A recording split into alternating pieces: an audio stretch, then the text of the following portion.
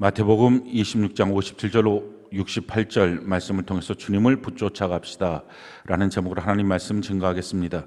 살아서 누린 천국, 죽어서 영원히 사는 천국, 마태복음 강의 144번째 시간입니다. 우리가 마태복음 1장을 보면 예수님의 족보가 나오는데 그 족보 가운데 여인의 이름이 5명이 나옵니다. 그 당시의 족보에 여자의 이름이 이렇게 기록된다는 것 자체가 매우 이례적이고 특별한 것입니다. 왜냐하면 여자의 이 인권은 전혀 없었던 시대였기 때문에 여자는 수로 치지도 않았던 시대입니다. 또 이방인들도 유대인의 관점에서 봤을 때는 개나 뭐 이런 가축들, 짐승들만도 못한 존재로 취급을 했던 거죠. 그런데 여성의 이름이 이렇게 등장한다는 것, 이걸 통해서 예수님은 인종차별 또 남녀차별 이와 같은 것이 전혀 없는 정말 성경 그대로의 모습이었다. 하나님의 뜻이 그대로 드러나는 모습이, 그래서 성경이 그때나 지금이나 유일한 진리가 된다. 이렇게 우리가 말할 수 있고 믿을 수 있는 것입니다. 이 성경 5명의 예수님의 족보에 나오는 여인들 중에서 특별히 우리가 주목하게 되는 한 여인이 있는데 그가 바로 룻이라고 하는 여인입니다. 그는 이방 여인, 모압 여인입니다. 이 모압 여인이라고 강조하는 이유는 암몬과 모압은 하나님께서 영원히 여호와의 회중에 들지 못한다. 그러니까 영원히 하나님의 백성이 될 수 없다라고 천명한 민족들입니다. 왜냐하면 그들이 근친상간의 죄로 말미암아서 나타난 민족들이기 때문에 그렇습니다. 게다가 그 여인은 과부였습니다. 그러니 전혀 성경에 있어서 중요한 인물이 될 수 없었던 조건을 갖고 있었는데 그를 룻기라고 하는 구약의 사사기 다음에 룻기라고 하는 성경이 등장할 만큼 그 한 여인을 주제로 성경이 쓰여질 만큼의 그런 인물이 되었습니다. 어떻게 이 룻이라고 하는 여인은 그렇게 인생의 역전을 이룰 수 있을까요? 룻기서 1장에 보면 그 여인이 등장하는 모습을 우리에게 이렇게 보여줍니다. 룻기서 1장 1절부터 6절까지 같이 한번 한 목소리 한번 읽어봅시다. 시작. 사사들이 치리하던 때에 그 땅에 흉년이 드니라. 유다 베들레헴에 한 사람이 그의 아내와 2 아들을 데리고 모압 지방에 가서 거류하였는데 그 사람의 이름은 엘리멜렉이요 그의 아내의 이름은 나오미요 그의 2 아들의 이름은 말론과 기론이니 유다 베들레헴 에브라 사람들이더라. 그들이 모압 지방에 들어가서 거기 살더니 나오미의 남편 엘리멜렉이 죽고 나오미와 그의 2 아들이 남았으며 그들은 모압 여자 중에서 그들의 아내를 맞이하였는데 하나의 이름은 오르바요 하나의 이름은 룻이더라. 그들이 거기에 거주한 지 10년쯤에 말론과 기론 2 사람이 다 죽고 그 여인은 2 아들과 남편의 뒤에 남았더라. 그 여인이 모압 지방에서 여호와께서 자기 백성을 돌보시사 그들에게 양식을 주셨다 함을 듣고 이에 2 며느리와 함께 일어나 모압 지방에서 돌아오려 하여. 아멘. 이 룻기서 1장에 보면 룻이라고 하는 여인이 어떻게 등장하는지 그 시대적 배경을 말합니다. 사사들이 치리하던 때에 그 땅에 흉년이 듭니다. 우리가 인생 살면서 우리 인생에 흉년에 들 때가 있습니다. 질병의 흉년, 경제적인 흉년, 또 인간관계의 이런 흉년들, 심지어는 영적인 흉년이 우리 가운데 찾아올 때가 있습니다. 흉년이 찾아올 때마다 우리가 한 가지 분명히 명심해야 될 것, 흉년을 어떻게 지내야 될 것이냐 하는 것입니다. 성경 그 흉년을 지내는 방식을 이렇게 말합니다. 신명기 8장 3절 16절 같이 한번 한 목소리 읽어볼까요? 시작. 너를 낮추시며 너를 줄이게 하시며 또 너도 알지 못하며 내 조상들도 알지 못하던 만나를 내게 먹이신 것은 사람이 떡으로만 사는 것이 아니요 여호와의 입에서 나오는 모든 말씀으로 사는 줄을 내가 알게 하려 하심이니라. 내 조상들도 알지 못하던 만나를 광야에서 내게 먹이셨나니 이는 다 너를 낮추시며 너를 시험하사 마침내 내게 복을 주려 하심이었느니라. 아멘. 우리가 낮춰질 때가 있습니다. 또 우리가 줄이게 될 때가 있습니다. 경제적으로 줄이게 되고 또 사람들과의 관계 속에서 우리가 좀 낮아짐을 경험하는 그런 어떻게 자존심 상하는 그런 일들을 맞이할 때가 있습니다. 만나를 먹이신다라고 하는 것은 일용할 양식, 하루 간신히 먹는 것입니다. 먹고 내일은 어떻게 살지? 다음 달은 어떻게 살지? 이렇게 그때마다 괴롭고 힘든 때인 거죠. 이렇게 하시는 것, 하나님이 모르면서 우리에게 이런 삶을 주실까요? 하나님이 전혀, 야, 너한테 이런 삶이 있었니? 너가 기도하기 전까지는 내가 전혀 몰랐다. 너의 가정에, 너의 육체에, 너의 삶 속에, 너의 경제생활 속에 그런 문제가 있었다는 거 내가 전혀 몰랐다 하실 것 같습니까? 다 아십니다. 자, 그런데 아시는 하나님이 왜 성도들에게 이와 같은 고난과 고통을 허용하실까요? 이유가 있습니다. 그 안에 우리의 죄가 있다면 우리의 죄의 문제를 회개해야 되죠. 또 한 가지는 그걸 통해서 하나님이 우리를 보시는 게 있습니다. 우리가 세상과 하나님을 겸하여 섬기는지, 돈 없으면 못 사는 사람처럼 우리가 혹시라도 넘어가 살고 있지는 않은지, 이 사람 없으면 나는 살 수 없다, 이런 지경에까지 우리가 빠진 게 아닌지, 그래서 우리를 단련해서 사람이 먹는 걸로 사는 게 아니라, 사람의 인간관계로 사는 게 아니라 하나님의 말씀으로 산다, 이걸 가르쳐주기 위해서 그 일을 주신다는 것입니다. 그래서 그런 고난의 때가 오면 어떡합니까? 주님 앞에, 그렇습니다 주님, 나는 오직 주의 말씀으로 살겠습니다. 그동안 말씀과 상관없었던 거, 말씀과 대적했던 거, 이거 좀 제거하고 하나님께로 더 나가겠습니다 하고 하나님 앞에 서 있으면, 그 시간을 견디고 있으면 마침내 복을 주신다. 하나님의 복은요, 뚝딱뚝딱 떨어지는 호박덩어리가 아닙니다. 마침내 그 길을 걸어갔을 때, 그래 합격했을 때 주시는 게 하나님의 복입니다. 그 하나님의 복을 주시겠다라고 하는 것입니다. 사랑하는 성도 여러분, 여러분들 삶 속에 여러분들이 생각할 때 고난이 찾아왔습니까? 고난은 상대적입니다. 어떤 사람이 자기의 고난을 세려서 얘기할 때 다른 사람이, 야 그게 무슨 고난이라고, 나는 그 정도는 고난도 아니야, 그렇게 함부로 말하지 마십시오. 이 사람이 고난이라고 여기면, 느껴지면 그게 고난입니다. 근데 어떤 종류의 고난이든 상관없이 고난을 겪을 때마다 반드시 나는 하나님의 말씀으로 살겠습니다, 이것을 단련하신 하나님 앞에 서겠습니다. 그러니 돈 없는 고난이 찾아오거든 돈 쫓아가지 마십시오. 사람 없는 고난 찾아오거든 사람 쫓아가지 마십시오. 건강 없는 고난 찾아오거든 이쪽 저쪽 병원, 알 수 있는 모든 병원 다 쫓아다니지 마십시오. 오직 하나님의 말씀 앞에 서서 하나님의 말씀으로 살겠습니다, 이 각오로 주님 앞에 견고하게 서는 것입니다. 마침내 복 주시는 살아계신 하나님이 우리 가운데 역사하여 주시게 될 것입니다. 그런데 지금 이 사람이 그 사사시대에 흉년이 찾아오니까 하나님 앞에서 거기 있어야 되는데, 있는 자기의 터전이 어디입니까? 유다 베들레헴입니다. 유다는 찬송, 베들레헴 떡의 집, 그러니까 말씀이죠. 말씀과 찬양이 있는 교회를 떠나서 모압으로 갑니다. 모압은 물 좋은 것, 그들이 봤을 때 살만한 곳. 롯이라고 하는 사람이 봤을 때, 야, 물 좋은 저 땅, 소돔과 고모라 땅 내가 살만하겠다라고 생각하는 그런 것, 세상으로 갑니다. 하나님의 교회를 떠나서 세상으로 가서 그들은 처음에 우고하려고 그랬습니다. 잠깐 이 고난의 때만 피해보자, 이 고난의 때 잠깐 돈 벌어서 다시 내가 신앙생활 열심히 하겠다 하는 마음으로 갔는데, 떠나간 지 10년이 흐른 것입니다. 신앙생활 자기가 조정 못합니다. 계속 주님 앞에 달려가지 않으면 어느 한순간 멈춰지는 시간, 내가 다시 또 달려가리라, 그 시간은 오지 않을 수도 있습니다. 그러니까 끊임없이 신앙생활 달려가는 것이 중요합니다. 그렇게 떠나갔던 그 사람의 이름이 바로 엘리멜렉입니다. 이 엘리멜렉이라고 하는 이름의 뜻은 하나님은 나의 왕이시다라는 것입니다. 하나님이 나의 왕이다 라고 하는 고백이라면 하나님의 명령에 따라서, 하나님의 뜻에 따라서 움직이고 결정해야 되는데, 이름만 하나님 나의 왕 그래놓고 결정은 자기가 다 합니다. 오늘날에도 얼마나 많은 신앙인들이 교회는 나와 앉아있어도 주여 주여 그렇게 불러도 결정은 자기가 다 하고 삽니까? 그러니까 명목만 그리스도인인 거죠. 사실 속은 세상 사람인 것입니다. 그에게 아내가 있었어요. 나오미예요. 나오미라는 이름에 대해서 기쁨입니다. 근데 자기의 신앙이 잘못되어 있는데 자기의 삶에 정말 성경대로 기쁨이 있겠습니까? 그러니 그가 실토를 합니다. 룻기서 2장에 보면 난 나오미가 아니라 나는 마라입니다. 고통입니다. 난 통곡입니다. 이렇게 자기가 고백을 합니다. 신앙생활, 성경에 기쁨이라는 단어가 나오는데 내 삶에 기쁨을 누리지도 못하고, 평안이라고 하는 단어가 나오는데 평안을 누리지도 못하고 항상 불안과 두려움과 슬픔 속에 살고 있다면 자기의 신앙이 명목상의 신앙이지 실제가 되지 않았기 때문입니다. 그래서 항상 주장하는 게 뭡니까? 자기의 두 아들 말론과 기론입니다. 이 말론이라고 하는 이름의 뜻은 약함입니다. 제가 약해서 그래요. 왜 큐티 안 하세요?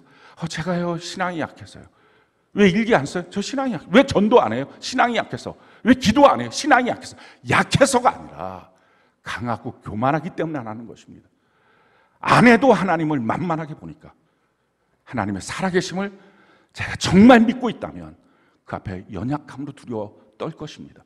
우리가 진짜 약하면 우리의 약함 가운데 하나님의 강함이 임합니다. 우리가 강하니까 하나님의 인자하심이 없는 것입니다. 그리고 기도원, 이건 상실입니다.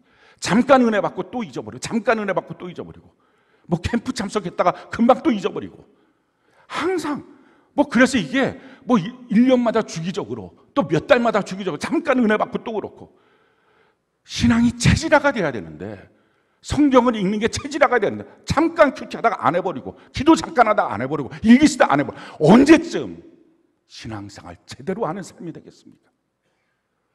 하다 말다. 이게 지금 엘리멜렉 이 가정입니다. 이래서 세상 나갔던 이 가정 10년 만에 엘리멜렉, 말론, 기론 다 죽고 과부 3명만 남았습니다. 이 말론의 아내가 바로 룻이고 기론의 아내가 오르바인데, 그렇게 나오미, 오르바, 또 룻, 이 세 과부만 남은 것입니다. 지금도 과부는 연약한 모습이긴 하지만 그때 당시에 과부는 경제력이 아무것도 없습니다. 자기 땅을 가질 수가 없었어요. 땅이 경제력인데. 그러니까 살 수 없는 그 인생 가운데 하나님이 거기에 베푸신 은혜가 있었어요. 자기 고향 땅 베들레헴에 풍년이 왔다. 그 소식을 들었어요. 야, 돌아가자. 돌아가면 우리가 살 수 있겠다. 사랑하는 성도 여러분, 어떤 처지, 어떤 경우에서도 하나님께 돌아가면 삽니다. 우리가 하나님께 돌아가는 은혜가 있기를 바랍니다. 그래서 일어나서 그가 돌아갑니다. 근데 돌아가는 그 길에서 그들의 운명이 갈라집니다. 성경 것을 우리에게 이렇게 말씀합니다. 루카서 1장 14절 같이 한번 읽어볼까요? 시작. 그들이 소리를 높여 다시 울더니 오르바는 그의 시어머니에게 입맞추되 룻은 그를 붙쫓았더라. 오르바는 시어머니에게 인사하고 떠나갑니다. 자기의 고향 모압에 남습니다. 룻은 시어머니를 붙쫓아갑니다. 시어머니로 형상화된 주님을 붙쫓아가는 것입니다. 왜 오르바는 중간에 떠났을까요? 이 오르바라고 하는 이름의 뜻이 머리카락이 많은 여자라는 뜻입니다. 이건 생각이 많은 겁니다. 자기 생각. 여러분들 생각 많습니까? 뭐 얘기하면 생각 좀 해보고요. 그 생각이 뭡니까? 그게 자아예요. 그러니까 그 생각이라고 하는 것이 결국은 자기 인생을 결정적인 축복의 길에서 다 무너뜨리는 것입니다. 성경은 우리에게 이와 같이 말씀합니다. 고린도후서 10장 5절 같이 한번 읽어볼까요? 시작.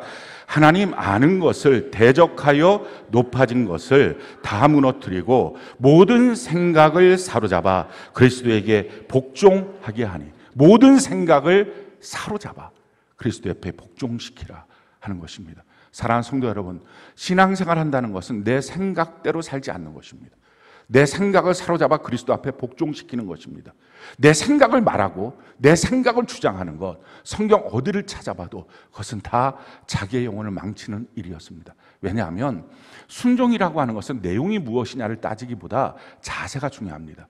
내게 말씀하시는 분이 누구냐? 그분이 하나님이면 그냥 나는 절대 순종이죠. 아브라함한테 너가 갈 바를 내가 가르쳐 줄 텐데 너 일단 떠나. 그때 아브라함이 어디로 가는데요? 코스가 뭔데요? 이거 묻지 않습니다. 갈 바를 알지 못하지만 내게 말씀하시는 분이 하나님이니까 그럼 나는 가겠습니다. 그게 순종이에요. 알고서 따라가는 게 아니라, 이해되고 따라가는 게 아니라, 내가 생각해보고 이게 좋을 것 같다라고 따라가는 게 아니라, 그래서 하나님의 말씀이라면, 성경이라면 그냥 즉각 순종입니다. 그 말씀에 대한 절대 순종입니다. 자기의 감정까지 복종시켜서 저는 억지로 갑니다. 기쁘진 않네요. 이런 생각, 이런 짓들 하지 말고 하나님 앞에 완전히 복종돼서 완전 순종합니다. 끝까지 순종하는 것, 완결 순종합니다. 내용으로 보면, 성경에 보면 사실 우리가 못할 것을 하나님이 우리에게 명령하지 않습니다.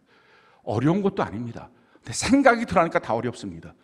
나아만 장군이 엘리사한테 와서 나 문둥병 치료해 주세요 라고 말할 때, 가서 요당에 가서 7번 목욕해라 라고 할 때 그 나아만 장군이 이렇게 말합니다. 내 생각에는, 그렇습니다. 내 생각에는 우리나라에는 강이 훨씬 더 깨끗한데 무슨 요단강 여기서 내가 목욕을 해 7번.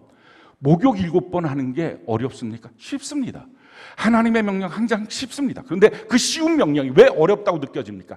내 생각이 들어가니까, 내용을 따져보니까 이것을 꼭 합리적으로 해야 돼? 이걸 꼭 해야만 되는 거야? 그거 따질 필요 없습니다. 하나님이 보시는 것은 그 내용을 따져서 너가 옳다 그르다의 차원이 아니라 너가 내 말을 듣고 있니? 이걸 주님이 보시는 거예요. 너가 나를 창조주로, 넌 피조물로, 나를 왕으로, 너는 종으로 너 스스로 여기고 있니? 이걸 보는 것입니다. 하나님 앞에 그렇게 내 생각을 복종시키고 하나님 앞에 순종하는 길, 이게 축복이 됩니다. 룻은 붙쫓아갔죠. 붙쫓아간다는 말이 뭡니까? 붙잡고 쫓아간 것입니다. 틈이 없이 쫓아갔다는 것입니다. 주님과 나와의 거리, 교회와 나와의 거리, 말씀과 나와의 거리, 영적 리더와 나와의 거리가 곧 신앙입니다. 그 신앙생활에 쫓아갔을 때 그의 인생에 어떤 역사가 생깁니까? 개인적으로 보면 나오미, 그 룻이라고 하는 여인은 가서 먹고 살기 위해서 그 밭에 떨어져 있는 이삭을 주워갖고 자기 시모에게 주기 위해서 그렇게 갔을 때 거기서 보아스를 만납니다. 보아스와 결혼을 하죠. 참 하나님의 역사는 너무 기가 막혀요. 유대인들에게 있어서는요, 그 이방 여인에 대해서 혐오하는 그 마음들이 있었어요. 자기의 선민의식 때문에. 근데 유일하게 그 당시에 유대인 전체 중에 이 혐오하는 마음이 없었던 남자 하나, 가장 유력한 남자, 부자이면서 권력이 있으면서도 그 마음이 없었던 남자는 보아스 하나입니다. 왜냐하면 이 보아스의 아버지가 살몬이고요, 그 살몬의 아내, 그러니까 보아스의 어머니, 그가 바로 여리고의 기생 라합입니다. 살몬이 정탐꾼으로 들어갔을 때 살렸던 2명 중에 1명이 바로 그 라합이 살렸던 사람이 바로 이 살몬인데 둘이 결혼한 것입니다. 그러니까 자기 어머니가 이방 여인, 죽어야 될 여리고의 창녀였던 그 여인이었는데 그 유일하게 보아스만큼은 이방 여인에 대한 혐오감도 없었고 아주 개방적인 마음이었습니다. 그러니 루시아라고 하는 여인이 왔을 때 전혀 마음에 어색함도 없었을 것입니다. 그와 하나님이 딱 맞게서 결혼을 시킵니다. 그리고 이 보아스와 룻을 통해서 오벳을 낳게 하고, 오벳을 통하여 이새를 낳게 하고, 이새를 통해서 우리가 그 잘 아는 다윗을 낳게 합니다. 자기의 운명, 과부라고 하는 이방 여인이라고 하는 이 룻이라고 하는 자기의 운명을 바꿀 뿐만 아니라 자기의 가문을 바꿉니다. 왕족이 됩니다. 그리고 그 가문을 통해서 예수님, 메시아가 나오시는 거죠. 게다가 더 중요한 사실은요, 시대를 바꿔버립니다. 그 당시 시대, 사사시대잖아요. 사사시대의 영성이 무엇입니까? 그 사사시대의 영성을 한마디로 이렇게 표현을 합니다. 사사기 2장 10절 같이 한번 소리 한번 읽어볼까요? 시작. 그 세대의 사람도 다 그 조상들에게로 돌아갔고 그 후에 일어난 다른 세대는 여호와를 알지 못하며 여호와께서 이스라엘을 위하여 행하신 일도 알지 못하였더라. 그러니까 실제 신앙이 아니었다는 것입니다. 명목적인 신앙. 교회는 나오고 제사는 드리지만 그러나 신앙 자체가 없는, 하나님이 살아계신지 안 살아계신지 이것도 구분이 안 되는 그런 죽어버린 신앙이었다라는 것입니다. 이게 사사시대예요. 근데 그 룻이라고 하는 여인을 통해서 다윗을 잉태하고 나오게 합니다. 다윗은 누굽니까? 하나님의 마음에 합한 자. 시대를 바꿔버려요. 무엇으로? 붙쫓아갔던 하나로. 그럼 신앙생활은 이렇게 붙쫓아가는 것입니다. 틈 없이. 나와 주님과의 틈이 마귀의 놀이터입니다.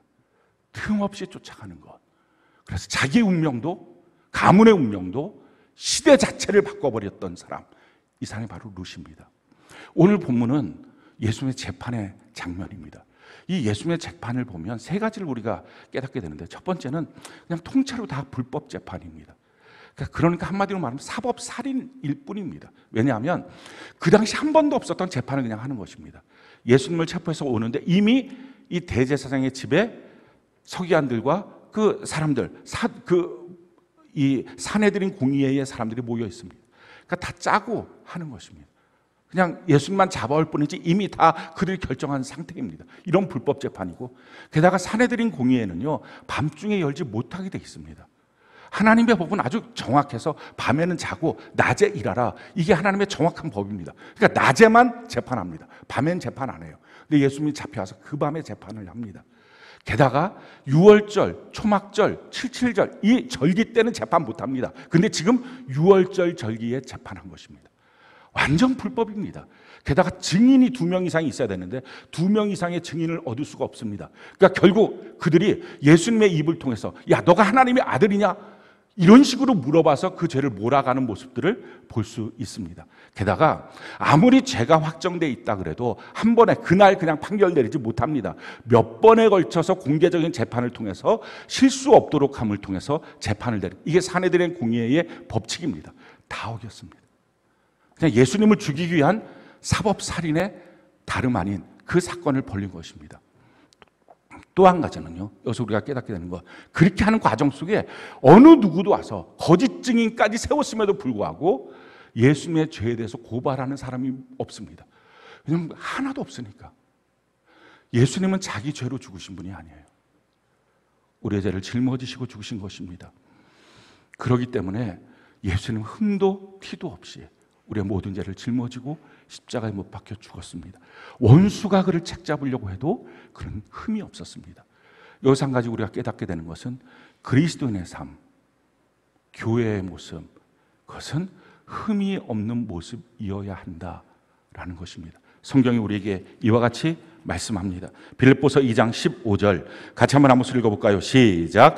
이는 너희가 흠이 없고 순전하여 어그러지고 거스른 세대 가운데서 하나님의 흠 없는 자녀로 세상에서 그들 가운데 빛들로 나타내며, 우리가 흠 없고 순전해서 어그러진, 막 꼬불꼬불, 그렇게 뭐 사람이 무슨 말만 하면 꼬부라져서 말을 듣고 또 거스리는, 막 어떻게 하든지 사람들에게 대항하고 대적하는 이런 세대 가운데 너희가 빛들로 나타나라 하는 것입니다. 꼬투리 하나만 잡으면 어떻게 하든지 잡아먹으려고 하는 이 시대 가운데, 저 사람이 나를 이런 식으로 꼬투리를 잡는다고 말하지 말고 아예 흠없는 사람이 되도록 자기 자신을 철저하게 절제하며 살아야 된다 하는 것입니다. 뿐만 아니라 교회 모습도 이래야 된다는 것입니다. 성경이 우리에게 이렇게 말합니다. 에베소 5장 27절 같이 한번 한 목소리 읽어볼까요? 시작. 자기 앞에 영광스러운 교회로 세우사 티나 주름 잡힌 것이나 이런 것들이 없이 거룩하고 흠이 없게 하려 하십니다. 교회는 흠이 없는 거, 거룩한 곳입니다. 여러분들이 이게 어떻게 이루어질까요? 생각의 차이로부터 시작합니다. 사람들의 생각이, 사람이니까 죄짓지 뭐 어떻게 흠없는 사람이 어디 있어? 털어서 먼지 안 나는 사람이 어디 있어? 교회도 사람들이 모이는 거니까 여기저기 흠도 있고 주름 잡힌 것도 있고 여러 문제도 있는 게 당연하지. 그걸 당연하게 여기면 평생 신앙생활에도 여전히 죄 가운데 있습니다. 근데 흠 없어야지. 교회는 티도 흠도 없어야지. 나도 흠도 티도 없는 교회의 지체가 돼야 되지. 자기는 더러워 죽겠는데 교회는 깨끗한 거, 그게 가능합니까? 자기가 그 교회의 지체인데 나도 깨끗하고 교회도 깨끗하고, 이게 당연한 거지. 무엇을 당연하게 여기느냐, 이 생각의 차이입니다. 성경은 우리에게 이렇게 말합니다. 요한일서 3장 8절로 9절 같이 한번 한 목소리 읽어볼까요? 시작. 죄를 짓는 자는 마귀에게 속하나니 마귀는 처음부터 범죄함이라. 하나님의 아들이 나타나신 것은 마귀의 일을 멸하려 하심이라. 하나님께로부터 난 자마다 죄를 짓지 아니하나니 이는 하나님의 씨가 그의 속에 거함이요 그도 범죄하지 못하는 것은 하나님께로부터 났습니다. 하나님의 씨가 되었습니까? 하나님께로부터 났습니까? 죄짓지 못하는 사람이 되었다라는 것입니다. 죄짓는다는 것은 약해서 죄짓는 게 아닙니다.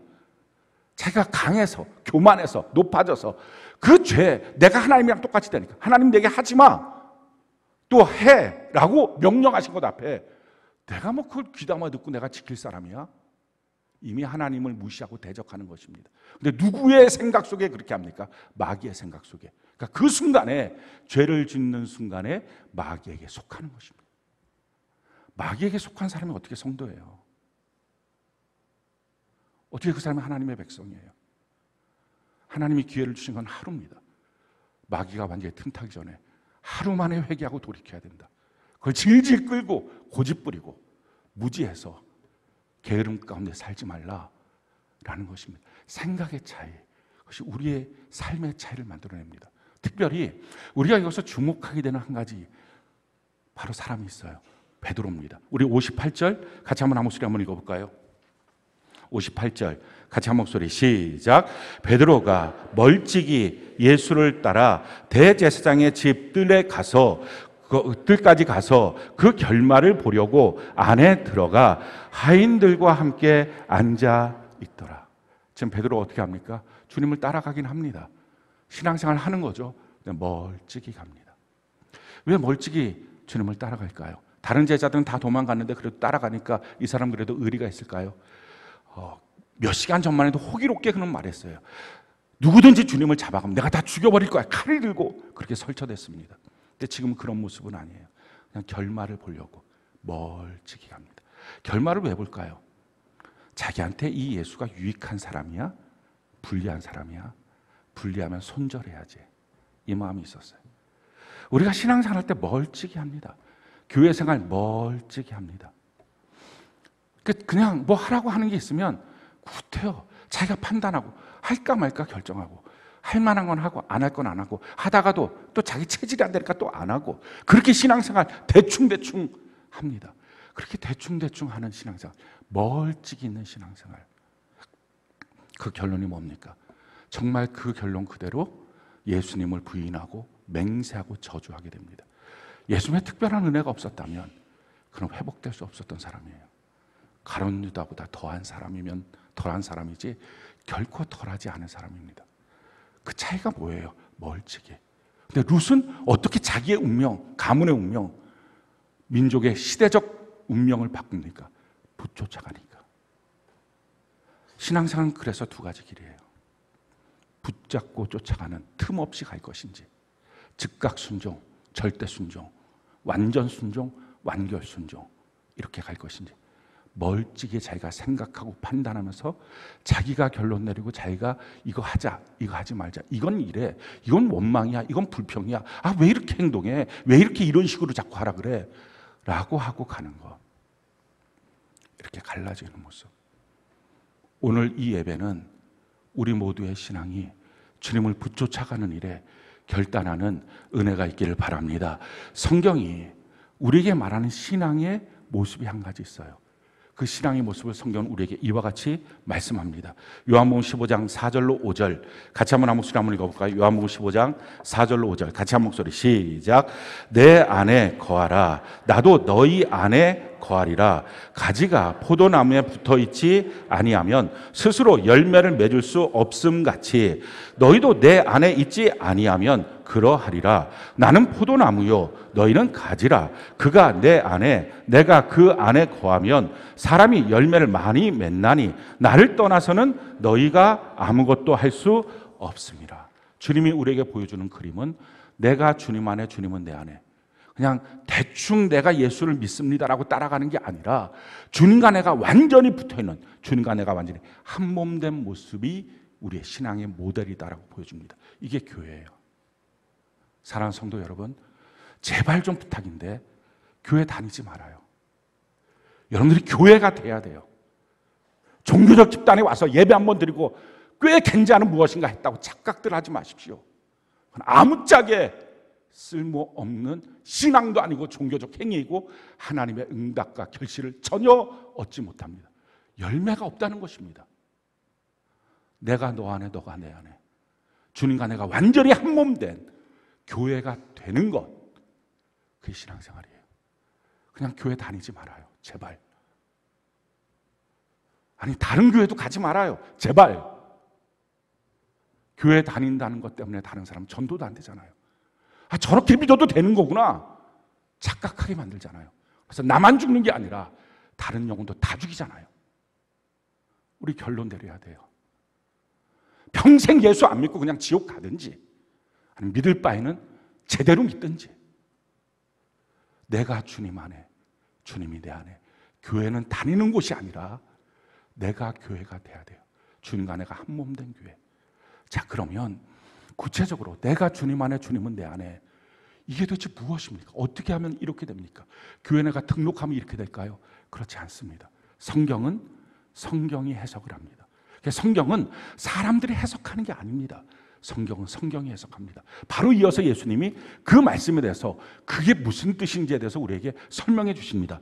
요한복음 15장 7절 우리 같이 한번 목소리 한번 읽어볼까요? 시작. 너희가 내 안에 거하고 내 말이 너희 안에 거하면 무엇이든지 원하는 대로 구하라. 그리하면 이루리라.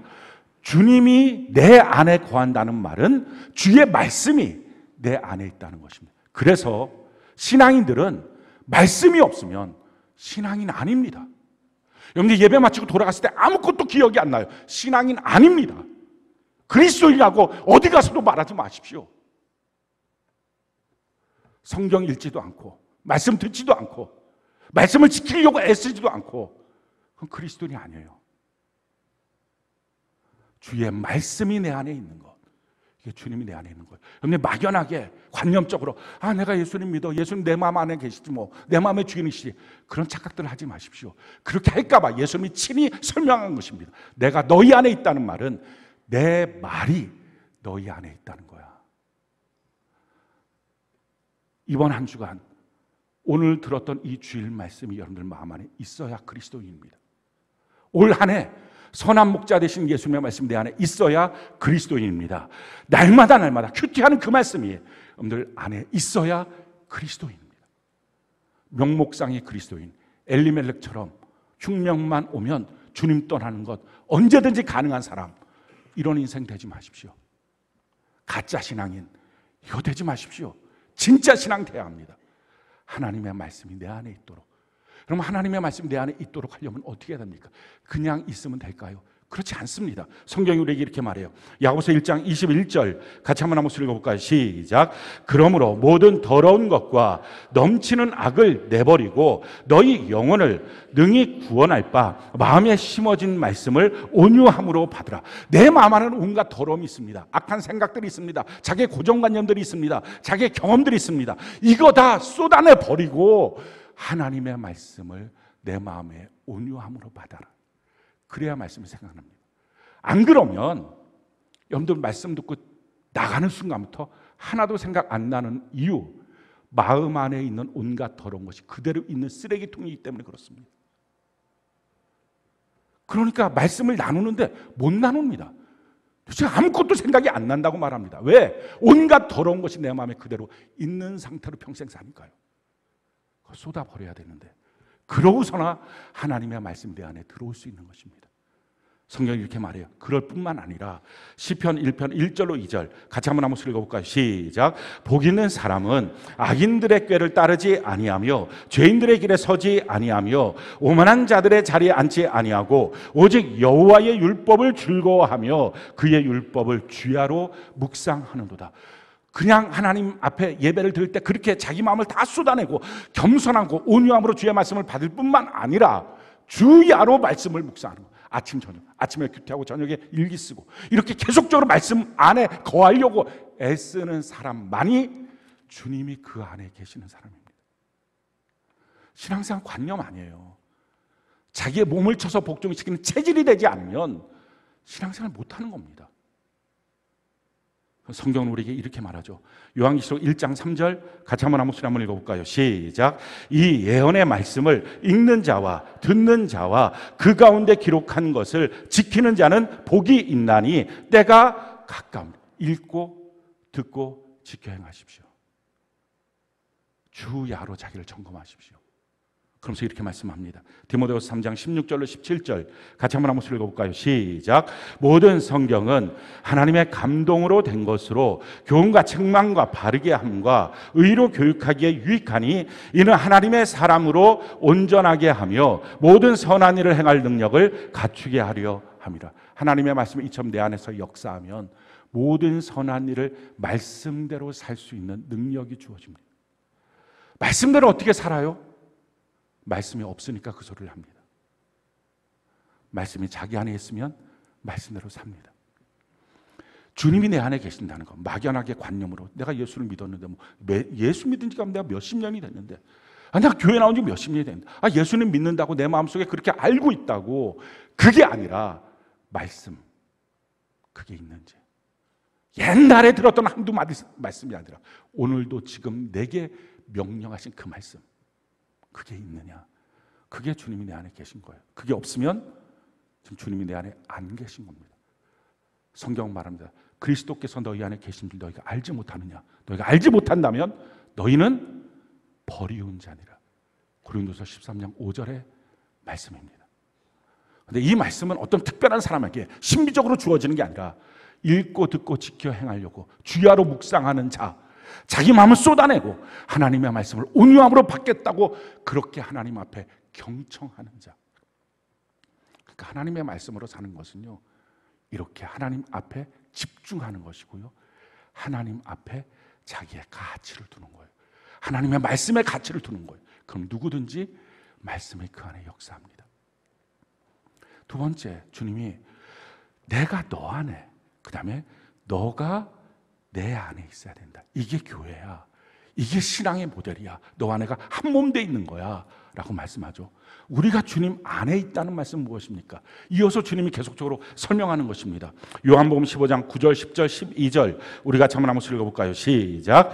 아버지께서 나를 사랑하신 것 같이 나도 너희를 사랑하였으니 나의 사랑 안에 거하라. 내가 아버지의 계명을 지켜 그의 사랑 안에 거하는 것 같이 너희도 내 계명을 지키면 내 사랑 안에 거하리라. 내 계명은 곧 내가 너희를 사랑한 것 같이 너희도 서로 사랑하라 하는 이것이니라. 우리가 주님 안에 있다는 것은요, 그냥 주님 안에, 교회 안에, 내가 등록된 성도로 내 셀 안에 계속 셀장이랑 옆에 붙어 있으면 그게 아니라 주님 사랑 안에 거하는 것입니다. 가끔가다 사람들이 이런 말을 해요. 제가 사랑을 잘 못 느끼겠어요. 주님의 사랑을. 어느 때는 교회의 사랑을 잘 못 느끼겠어요. 그거 주님 밖에 있는 사람이에요. 주님 안에 있다는 것은요, 주님 사랑을 느끼는 겁니다. 자, 그러면 주님 사랑 어떻게 느낄 수 있어요? 성경이 이렇게 말해요. 주님이 우리에게 주신 계명을 지키면 내가 주님 사랑 안에 거할 수 있다. 하나님의 말씀 듣는 둥 마는 둥, 내가 하고 싶은 건 하고 말고 싶은 건 말고 지키고 싶은 거 지키고 하고 싶지 않은 건 안 하고, 그러니 당연히 주님 사랑 못 느끼죠. 교회 안에서도 마찬가지입니다. 교회가 하고 있는 것, 매일 성경 통독기 때 말씀 체질되는 것, 기도 체질되는 것, 전도 체질되는 것, 교회 체질을 함께 일기 쓰고 함께 일기 보고, 그러면서 봉사하고 셀 교제하고 셀 예배 드리고, 그리고 가정 목회하고, 또 우리가 이웃 사랑하는 이 모든 6가지의 일들, 이와 같은 일들로 우리가 진행하고자 할 때에 자기와 아무 상관없는 것처럼 생각하고 그냥 자기는 교회만 다니고 있다면 그 사람이 어떻게 교회의 사랑을 느끼겠어요? 당연히 교회 사랑 못 느끼는, 우리 교회 사랑이 없나 봐요. 못 느끼겠어요. 아니, 너가 계명을 안 지키는 거야. 너가 교회에 우리의 룰을 안 지키는 거야. 너가 밖에 있는 거야. 지금 그 얘기예요. 계명 지켜야 사랑 느낍니다. 그런데요, 여기서 우리가 한 가지 주목해야 될 것은 주님이 원하시는 가장 큰 계명이 있다는 거예요. 그 계명이 뭘까? 성경이 이렇게 말해요. 내 계명은 곧 내가 너희를 사랑한 것 같이 너희도 서로 사랑하라 하는 이것이니라. 그러기에 우리가 교회 된다는 것은요, 주님 말씀 내 안에 있고 나에게 주신 내 셀의 지체들, 내가 그들을 주님이 나를 사랑했던 것처럼 나도 그들을 사랑하는 것, 이게 교회 되는 거예요. 여러분들 교회 다니지 마시고요, 교회 되셔야 돼요. 말씀이 여러분들 안에 있어야 되고요, 그리고 내게 주신 그 셀 지체들을 주님이 날 사랑한 것처럼 내가 그들을 사랑하기 시작하면 주님이 내 안에, 내가 주님 안에 거하는 것을 자기가 경험할 수 있게 됩니다. 자기 셀 지체들을 어떻게 사랑할까요? 제가 오늘 2가지를 말씀드릴게요. 첫 번째는 요한 1서 3장 17절로 18절, 우리 세 번역 같이 한번 읽어봅시다. 시작. 누구든지 세상 재물을 가지고 있으면서 자기 형제 자매의 궁핍함을 보고도 마음 문을 닫고 도와주지 않으면 어떻게 하나님의 사랑이 그 사람 속에 머물겠습니까? 자녀된 이 여러분, 우리는 말이나 혀로 사랑하지 말고 행동과 진실함으로 사랑합시다. 남편이 아내 사랑합니까? 근데 돈은 안 줍니까? 개뻥. 말도 안 되는 얘기 하지 마십시오. 사랑하면 말이나 혀로만 하는 게 아니라 행함과 진실함으로 하는 것입니다. 세런들 사랑합니까? 근데 궁핍함이 보입니까? 마침 자기에게 물질이 있어요. 돈이 있어요. 그러면 아무도 모르게 섬겨주고, 제일 좋은 방법은 교회에다가 목적 구제헌금을 하는 거예요. 누구에게 구제헌금 드립니다. 주면 교회에서 그를 줍니다. 사람이 누군가한테 알도록 주면 이게 자꾸 서로 간의 관계가 나중에 좋지 않을 수도 있습니다. 그러니까 어찌됐든 간에 자기에게 있는 물질을 주지 못하고 그 사람을 위해서 자기의 시간을 내놓지 못하고, 그럼 사랑 아닙니다. 그렇게 사랑 안 하면 내가 주님 안에 있지 못합니다. 자기가 주님 밖으로 나가는 거예요. 자, 또 한 가지 교회 안에서 해야 될 일, 에베소 4장 15절 세 번역으로 같이 한번 읽어봅시다. 시작. 우리는 사랑으로 진리를 말하고 살면서 모든 면에서 자라나서 머리가 되시는 그리스도에게까지 다 달아나야 합니다. 사랑으로 진리를 말하는 거. 교회는 듣고 싶은 말을 들으려고 오는 곳이 아니에요. 들어야 될 말을 듣기 위해서 오는 거예요. 내 영혼이 살기 위해서. 안 들으면 내 영혼은 죽으니까. 그러니까 교회 와서 왜 자꾸 듣기 싫은 말을 하냐고, 그런 말 하지 마시오. 이게 철없는 인생이에요. 내가 들어야 될 말을 내게 말씀해 주는 공동체. 공동체 안에서는 이 권면이 있어야 됩니다. 그래야 그 사람이 바뀌어요. 말하지 않으면 저절로 바뀌어진 사람, 지금까지 제가 목회하면서 깨닫는 것은 단 한 명도 없어요. 말해야 바뀝니다. 근데 말하는 것도 그냥 설교 시간에 바뀌면 너무 좋잖아요. 그럼 서로 자존심도 안 상하고 좋잖아요. 근데 이렇게 해서 바뀌는 사람 퍼센테이지가 0%예요. 왜 셀로 보여요? 그나마 조금 더 구체적이니까. 근데 셀장한테도 싫으니까 또 안 들으려고 그러고 막 어쩌고 저쩌고 뭐 말도 많고, 그냥 그러니까 어쩔 수 없이 지나가다가 툭툭 한마디씩 하는 겁니다. 정신 차려. 그리고 주일 예배 참석해야지 뭐. 이런 얘기 하는 게 그냥 우연히 지나가다가 갑자기 느닷없이 걸려서 말하는 것 같습니까? 저는 10번 이상 기도하고 말합니다. 권면 듣고 바뀌어지는 거. 그런데요, 권면의 조건이 뭐라고요? 사랑으로 권면하라. 사랑으로라고 하는 말의 뜻은 이것입니다. 저 사람 내 편 맞지? 이 느낌이 와서 권면하는 거예요. 그 사람이 나한테 권면하는데 그 사람 내 편 같지가 않아요. 아주 그냥 그 사람은 틈만 나면 나를 죽이려고 하는 사람 같아요. 그럼 누가 됐습니까? 그러니까 평상시에 내 편 같이 여겨지도록 어떻게 하면 그렇게 여겨질 수 있나요?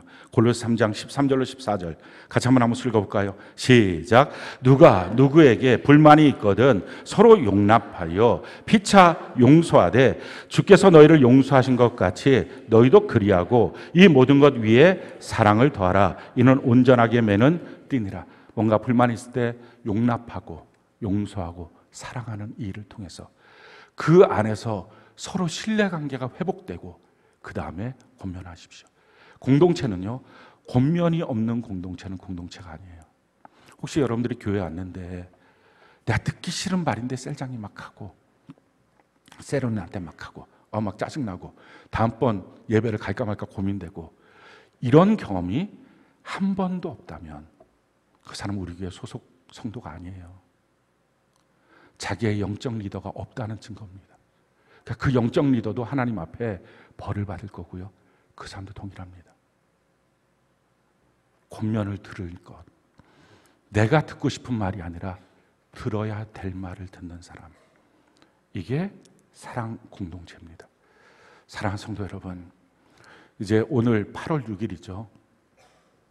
제가 5월 6일 날 미국 텍사스에서 도약기 7년에 대한 우리의 비전을 선포를 했습니다. 그 전에 우리가 23년 동안 성경적 교회를 이루는 일에 있어서 매 성경 통독 큐티, 셀교회, 그리고 매주 셀교회 전도 등록 이거를 했고, 그리고 올해 5월 6일 날 미국에서 믿음으로 사는 일기에 선포를 했죠.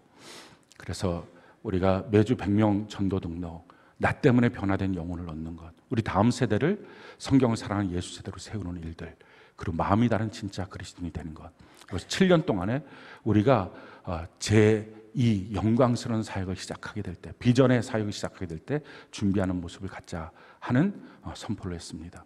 그리고 우리가 이제 그 길이 구체적으로 무엇인지를 다 알게 되었습니다. 3개월 동안에 우리 전도하는 것, 각 셀마다 매주 3, 4명 전도하는 것, 한 사람이 한 가정씩을 전도하는 일로 돌아가면서 전도하면, 그리고 옆에서 중보해주면 그러면 이 일은 이루어진다는 것. 또 우리 다음 세대를 성경을 사랑하는 예수 세대로 세우는 것, 우리가 매일 성경 통독 큐티, 교회 학교는 리딩 바이블, 그리고 지금 드리는 것처럼 전세대 통합 예배 6월 달부터 5월 6일 날 선포하고 6월 첫 주부터 지금 예배를 드리기 시작해서 지금 우리가 한 달, 2달 된 것입니다. 그리고 가정 셀 예배 드리는 것, 그리고 지난주까지 우리 교회 학교 캠프, 부흥 캠프를 했습니다. 그래서 이 방향으로 우리가 나가면 아이들이 바르게 설 수 있다는 걸 우리가 봤어요. 마음이 다른 진짜 그리스도인이 되는 것. 그것이 뭘까? 사람들은 애매했고 저도 사실은 그 부분이 무엇인지에 대해서 분명하게 감을 잡지 못했습니다. 그런데 기도하면서 3개월 동안 명확하게 하나님 주시는 마음, 그것이 바로 자기 부인이에요. 우리 모두는 자기를 위해서 삽니다. 자기의 즐거움, 자기의 돈, 자기의 명예, 그 자기를 버리는 것, 자기를 거부하고 자기를 부인하고 예수를 위하여, 남을 위하여 살아가는 삶의 모습. 내가 주님을 위하면 먼저 그 나라와 그 의를 구하면 나머지 모든 것을 주님이 더해 주신다. 이게 축복의 선순환입니다. 이게 정말 마음이 다른 그리스도의 삶의 모습이에요. 우리는 다 알았어요. 다 준비가 됐어요. 준비가 이제 완료됐어요. 이제 우리에게 필요한 것은 우리 모두가 교회를 다니는 자가 아니라 진짜 주님이 원하시는 교회가 되는 것입니다. 주님과 내가 한 몸 되고 내가 내게 주신 이 주님 안에서의 부르신 지체들과 한 몸 되는 교회가 되는 것. 그리고 이 교회에 이제 날아오르도록 엔진에 시동을 켜고 불을 붙이는 것입니다. 오늘 그날입니다. 저는 여러분들이 이렇게 도전합니다. 신앙생활 잘하든지 말든지 나 때문에 뒤에 구원받을 영혼들 망쳐버리지 말고 제대로 하든지 말든지 설설해도 되는 신앙. 그래서 천국 갈 수 있으면 꼭 그 교회 저한테 소개시켜 주세요. 저라고 쉽겠습니까? 이렇게 하는 게 이번에 행복한 가정주간 내내 뭐 누구는 계곡을 갔다 바다를 갔다 뭐 당일치기까지도 바다를 보고 왔다 이러는데 날마다 아침에 와서 기도하고 설교 준비하고 또 기도하고 어느 순간 저는 로봇인가 하는 무슨 프로그래밍이 돼 있나 하는 생각을 하기도 합니다. 그런데 정말 마음대로 해도 쉽게 해도 천국 갈 수 있는 성경 한 구절만 있으면 저한테 가르쳐 주세요. 제 평생에 지금 200독을 넘게 성경을 읽었지만 단 한 구절도 없어요. 제대로 하든지 말든지 바르게 하든지 그만두든지. 그러나 만약에 여러분들이 바르게 하고 제대로 하고 싶은데 제가 잘 몰라서 그래요. 제약을 약해서 그래요. 걱정하지 마세요. 성령, 성경, 교회 하나님 주신 은혜의 수단이 우리와 영원히 함께하여 우리를 넘어지고 쓰러져도 다시 붙들어 일으켜 세워서 천국까지 가게 할 줄로 믿습니다.